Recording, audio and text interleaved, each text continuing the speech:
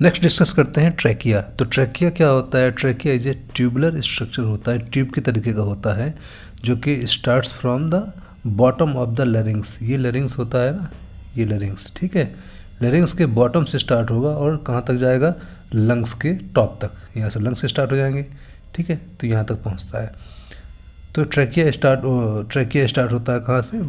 Bottom of the larynx and top of the lungs, ठीक है, यहाँ तक जाएगा। अब अगर हम देखें इसकी लंबाई, तो करीब इसकी जो लेंथ होती है, ये जो लेंथ है तो करीब 12 सेंटीमीटर होती है, ठीक है। और इसका जो डायमीटर होता है ना, ये बीच का जो डायमीटर होता है, ये 2.5 सेंटीमीटर होता है, ठीक है। अब इसकी अगर हम जो इसका ओपन स्ट्रक्चर जो होता है ना, लगता हमको अपीयर होता है due to C shape cartilage की वजह से। जो ये कार्टिलेज है, छोटी ये कार्टिलेज जो है ना, ये सी शेप होती है ना। तो इस कार्टिलेज की वजह से इसका स्ट्रक्चर लगता है कि ये ओपन है, खुला हुआ है ना। और इसमें जो कार्टिलेज जो हैं, इनकी जो अगर हम काउंटिंग करें तो ये करीब होती हैं 16 से लेके 20, ठीक है, 16 से 20 कार्टिलेज होती हैं। और इसी ट्रैकिया के पीछे जाता है ईसोफेगस, जहाँ से फूड पाइप जिसको बोलते हैं वो जा रहा होता है, ठीक है। तो इस तरीके से ये ट्रैकिया है। अगर हम इसकी बात करते हैं स्ट्रक्चर की, तो स्ट्रक्चर है ये भी 4 लेयर से मिलकर बना होता है। मिकोसा, सब मिकोसा, हाइलेन कार्टिलेज और एडवेंटिशिया, जिसको बोलते हैं ब्लड वेसल्स की लेयर होती है, ठीक है। अगर हम बात कर रहे हैं मिकोसा की, ठीक है, तो ये मिकोसा ये इनर लेयर है जो कि एपिथेलियल सेल से मिलकर बनी होती है।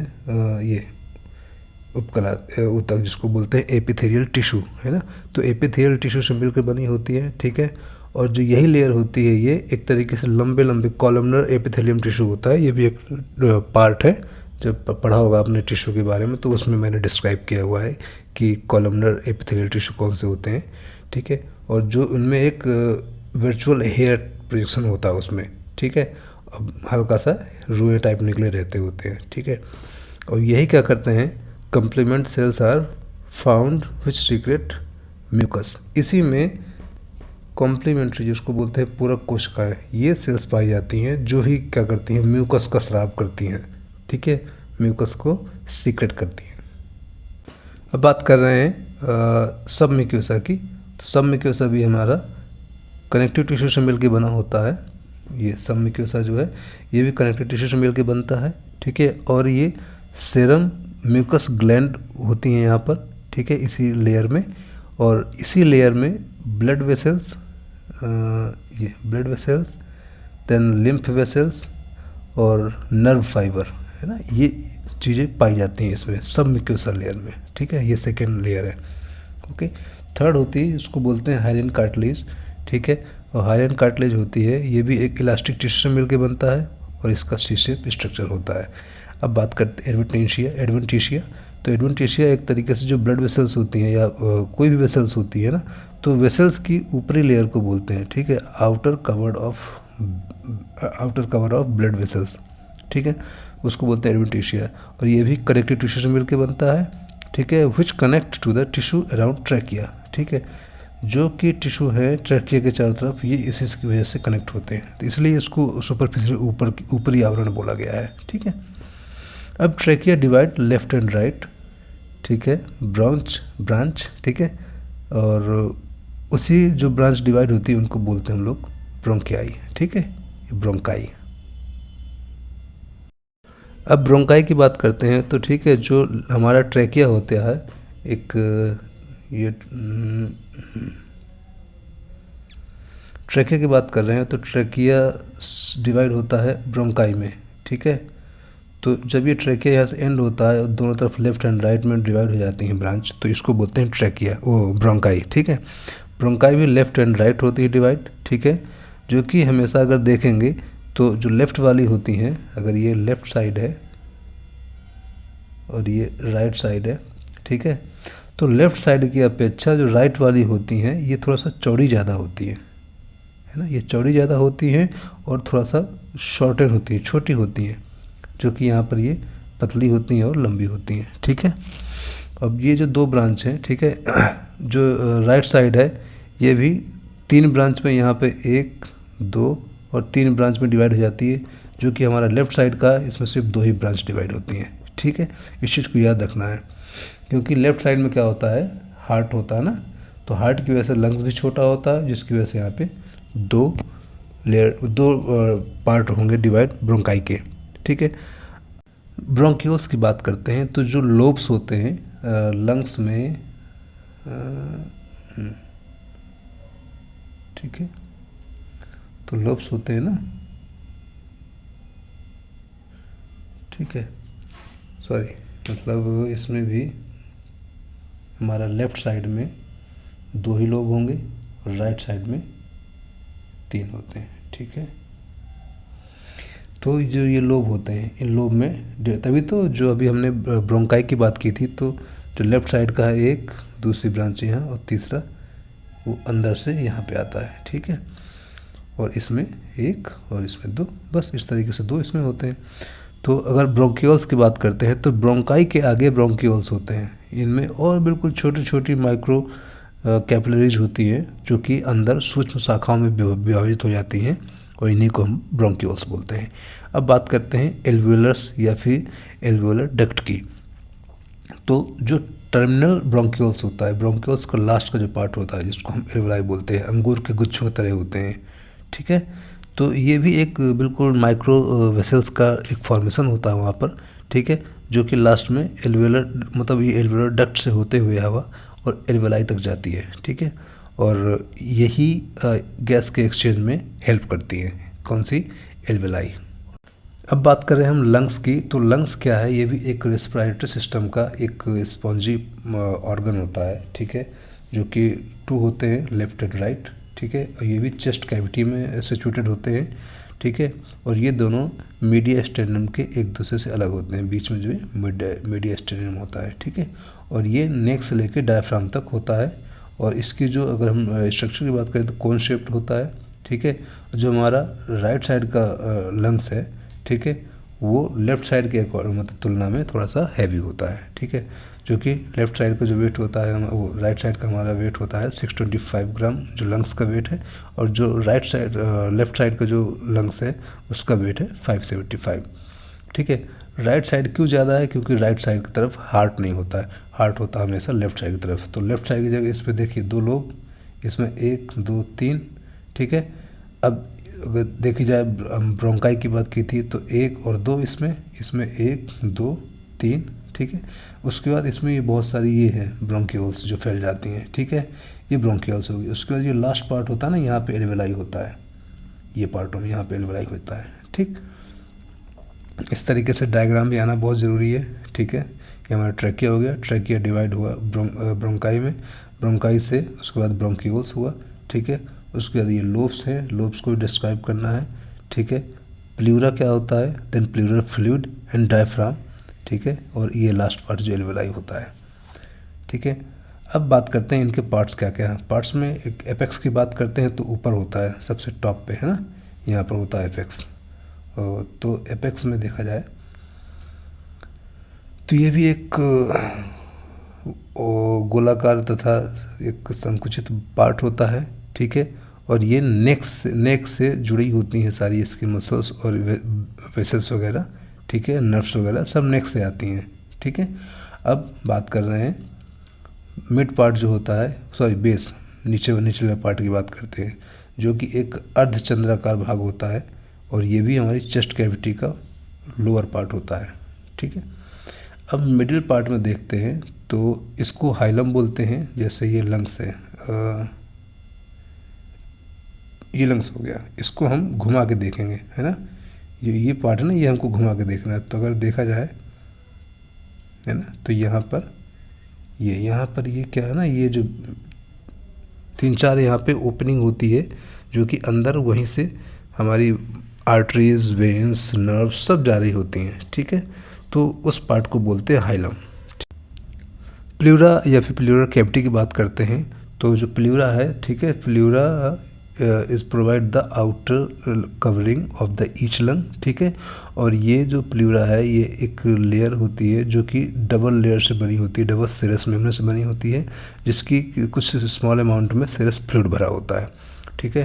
एंड वही जो कुछ सरस फ्लूइड होता है, ये क्या करता है, इनर लेयर को फेफड़ों से चिपकाए रखता है लंग से, और जो आउटर लेयर होती है वो थोड़ा सी कैविटी से चिपकी रहती है। ठीक है, अब बात करते हैं हम प्लूरल फ्लूइड की। ठीक है, तो it keep the wall moist and lubricated. ठीक है, एक नमी और इसमें चिकनाई बनाए रखता है। ठीक है, रेस्पिरेशन के दौरान, और वही क्या करता है, प्रिवेंट करता है क्या, फ्रिक्शन को। ठीक है, एक दूसरे की परतों को घर्षण से रोकता है। ठीक है, तो ये प्लूरल फ्लूइड का काम होता है। अब बात करते हैं blood supply of the lung. ठीक है, तो इसमें भी पल्मोनरी आर्टरी होती है। ठीक है, वो डिवाइड इनटू 2 ब्रांच, वही सेम। ठीक है, left and right, which carry impure blood.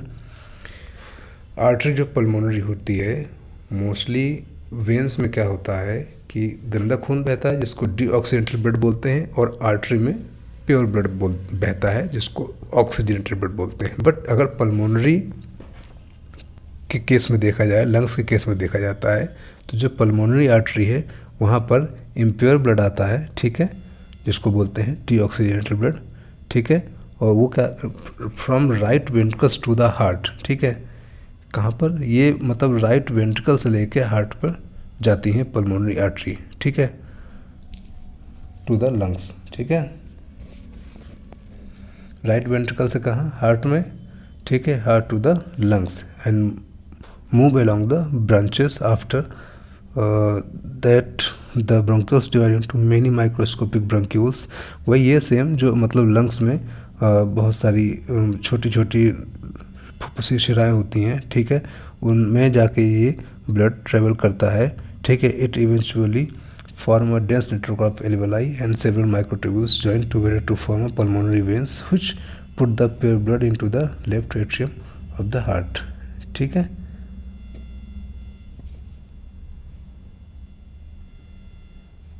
अब बात करते हैं हम right and left brachial artery की। ठीक, इसमें क्या है, ये क्या करती है, सप्लाई करती है प्योर ब्लड। ठीक है, कहाँ पर, ब्रोंकाई में, ब्रोंकाई से फिर ब्रोंकियोल से, उसके बाद फिर एल्वेलाई को। ठीक है, जब यहाँ पर पूरा प्योर ब्लड पहुँच जाता है तो जो इम्प्योर ब्लड होता है वो कलेक्ट होता है अजाइगस वेन में। ठीक है, और on the right side and superior intercostal when on the left side. ठीक, अगर हम मसल ऑफ रेस्पिरेशन देखते हैं तो मसल ऑफ रेस्पिरेशन में क्या है, during the inhalation there is an expansion of the chest which is due to muscular activity partially voluntary and partially involuntary involving the क्या, cervical, shoulder and abdominal muscles जो help करती हैं। ठीक है, अब इसमें अगर बात करते हैं, देखिए अगर हमने इंस्पिरेशन किया है, एयर इन हुई है, ठीक है, जिसकी वजह से क्या हुआ कि एक्सटर्नल इंटरकोस्टल मसल्स कॉन्ट्रैक्ट करती हैं। ठीक है, कॉन्ट्रैक्ट करती हैं तो ये चारों तरफ आएंगी ना, जब ये खींचेंगी इनके बीच की मसल्स तो ये चारों तरफ अपना सिकोड़ेगी, तो जो बीच का जो यहाँ पर कैविटी है वो एक्सपेंड होगी। ठीक है, तो डायफ्राम कॉन्ट्रैक्ट करता है, नीचे को आएगा, जब नीचे को आएगा तो यहाँ पे स्पेस होगा, दोनों के बीच में स्पेस बनेगा तो एयर अंदर जाएगी, वॉल्यूम बढ़ जाएगा। ठीक है, तो इसमें भी chest wall and lungs are expand होते हैं। ठीक है, जिसमें कि एक्सपेंशन ऑफ रिब्स होता है। ठीक है, तो रिब्स मूव करती है। ठीक है, स्टर्नम को अपवर्ड्स एंड आउटवर्ड्स। ठीक है, अब अगर हम बात करते हैं एक्सपिरेशन में तो इसमें क्या है, एक्सटर्नल इंटरकोस्टल मसल रिलैक्स हो जाती हैं। ठीक है, और internal intercostals and abdominal contract for active expiration only, जिसमें कि डायफ्राम रिलैक्स हो जाता है और जो chest cavity and lungs contract होते हैं। ठीक है, रिब्स एंड स्टेनम इसमें डिप्रेस हो जाता है, और ये भी आना चाहिए क्योंकि ये पूछा जाता है क्वेश्चन में। ठीक है, कि किस तरीके से मसल्स रिलैक्स करती हैं एक्सपिरेशन के दौरान, तो ये सब चीज़ें डिस्क्राइब करनी पड़ेंगी। ठीक है, अब बात करते हैं कि इसमें और क्या होता है। तो जो हमारी रिब्स होती हैं, रिब्स के बीच में इंटरकोस्टल मसल्स होती हैं। ठीक है, जो कि लोकेटेड बिटवीन द रिब्स, जिसमें कि रिब्स होती हैं 12 पेयर। ठीक है, और इन रिब्स के बीच में 11 पेयर मसल्स पाई जाती है। ठीक है, एंड दे हैव 2 लेयर। ठीक है, जिसमें कि एक्सटर्नल कोस्टलिस और इंटरनल कोस्टल। ठीक है, अगर हम एक्सटर्नल कोस्टल की बात करते हैं तो it extend from the tubercle of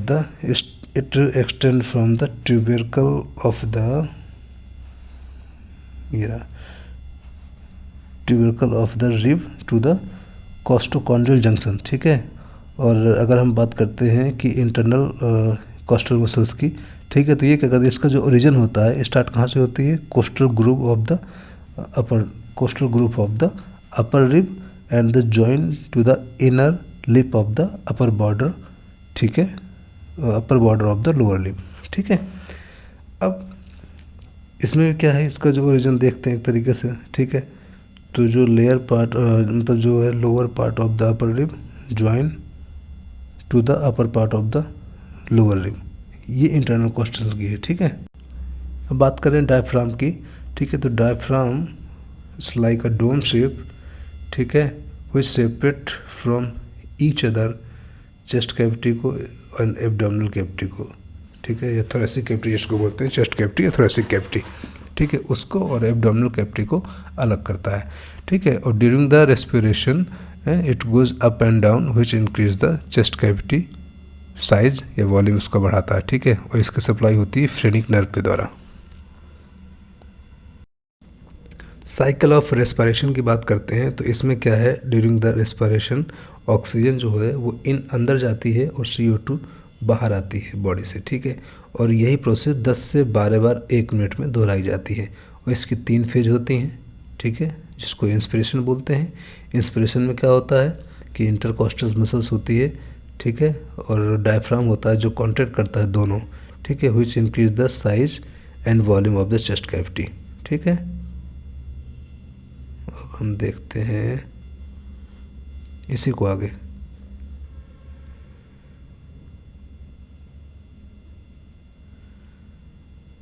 ठीक है। जो सेकंड फेज आता है जिसको बोलते हैं एक्सपिरेशन, तो एक्सपिरेशन में क्या होता है, इसमें भी इंटरकोस्टल्स एंड डायफ्राम मसल्स जो गेट रिलैक्स्ड होती है, ठीक है, which decrease the volume of chest cavity thoracic cavity which pressurise the lungs and क्या करती है, CO2 को बाहर निकाल देती है, ठीक है। और थर्ड फेज होती है जिसको बोलते हैं पॉज, विराम स्थिति, ठीक है। इस दौरान में कोई भी, ठीक है, इंस्पिरेशन है एक्सपिरेशन कुछ भी नहीं होता है, इसमें रेस्ट करते हैं लंग्स, ठीक है। 3 फेज होती है, इसी को ध्यान रखिएगा। अब बात करते हैं गैस ऑफ एक्सचेंज जिसको गैस विनियम बोलते हैं, ठीक है। तो गैस ऑफ एक्सचेंज में it complete due to differentiate in partial pressure during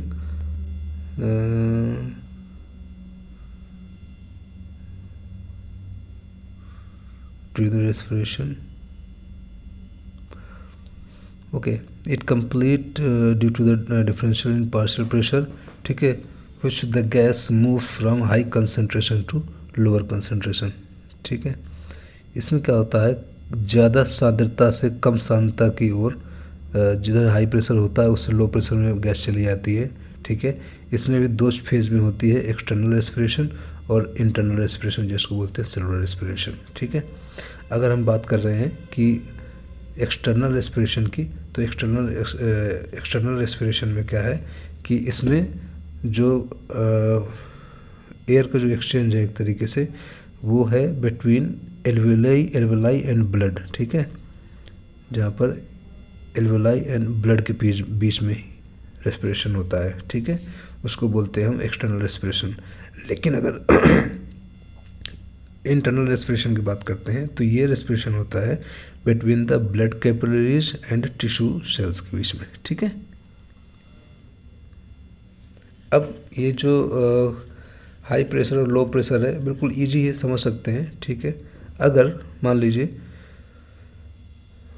फेफड़ों में जो अभी जो लंग्स में एयर हमारी मौजूद है उसका 100 mm ऑफ मरकरी या Hg जो इसका प्रेशर होता है, ठीक है, और जो उपस्थित जो ऑक्सीजन है उसका प्रेशर 40 mmHg के कारण, ठीक है।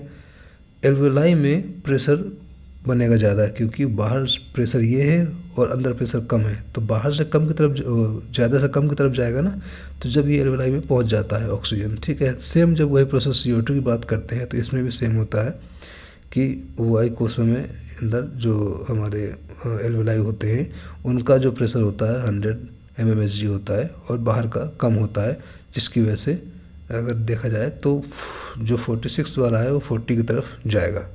इस तरीके से एक्सप्रेशन होता है। बात कर रहे हैं volume and capacities of air in the lungs. ठीक है, इसमें टाइडल वॉल्यूम आता है, ये क्वेश्चंस आते हैं, इस चीज़ को याद रखिएगा। ठीक है, तो द अमाउंट ऑफ एयर, ठीक है, which is inhale and exhale during a resting respiration. ठीक है, एक नॉर्मल जब श्वसन होता है जिसमें कि आपका इनहेल और एक्सहेल होती है, तो उसमें जो टाइडल वॉल्यूम होता है कितना 500 ml होता है। नॉर्मल जो हम सांस लेते हैं, निकालते हैं, अंदर लेते हैं, ठीक है, ये 500 ml के अंदर होता है। ठीक है, अब दूसरी बात करते हैं एक्सपीरेटरी रिजर्व वॉल्यूम। तो जो एक्सपीरेटरी रिजर्व वॉल्यूम है, ठीक है, तो निश्वसन के दौरान, मतलब इसको बोलेंगे the amount of air is taken out of the lungs during the inhalation. ठीक है, इनहेलेशन के दौरान जो भी अमाउंट अंदर लिया जाएगा एयर का, उसको बोलते हैं एक्सपीरेशन। ठीक है, या एक्सपीरेटरी रिजर्व वॉल्यूम। और इसकी जो वैल्यू होती है 1200 ml मेल में होती है और 700 ml फीमेल में होती है। इसको याद रखिएगा, क्वेश्चन आते हैं एग्जाम में। अब बात करते हैं इंस्पायरेटरी रिजर्व वॉल्यूम की। ठीक है, तो बलपूर्वक जो सांस ली जाती है फोर्सफुली, ठीक है, तो फोर्सफुली एक्सहेल करते हैं एयर को, वो होता है IRV। ठीक है, इंस्पायरेटरी रिजर्व वॉल्यूम, जिसकी वैल्यू है 3100 ml इन मेल में और 1900 फीमेल में होती है।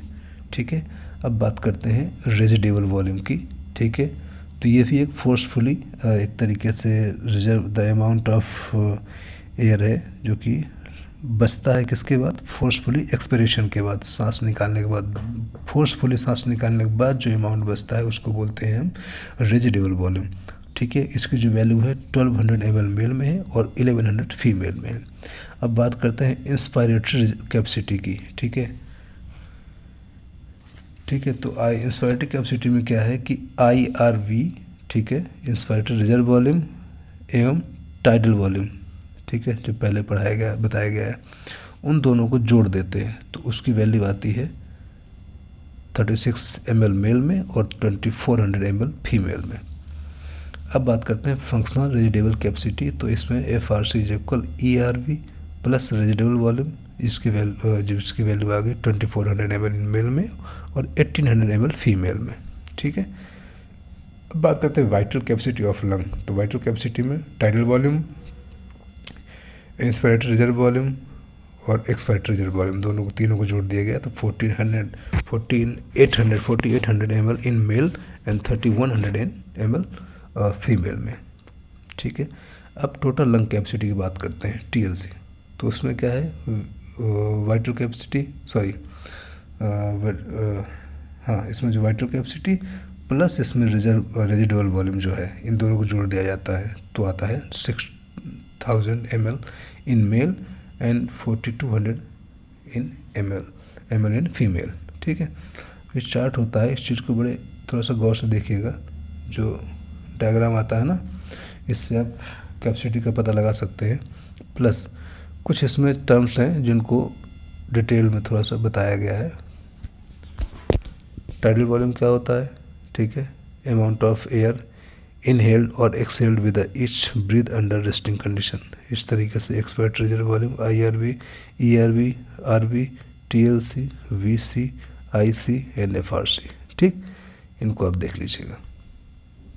और हाँ, शॉर्ट वीडियो आते हैं, इसी से रिलेटेड शॉर्ट वीडियो आएंगे जो कि 3D डायग्राम से होंगे, तो उनको आपको बहुत ज़रूर देखना ताकि आपको बहुत सारी चीज़ें एक्सप्लेन हो जाए।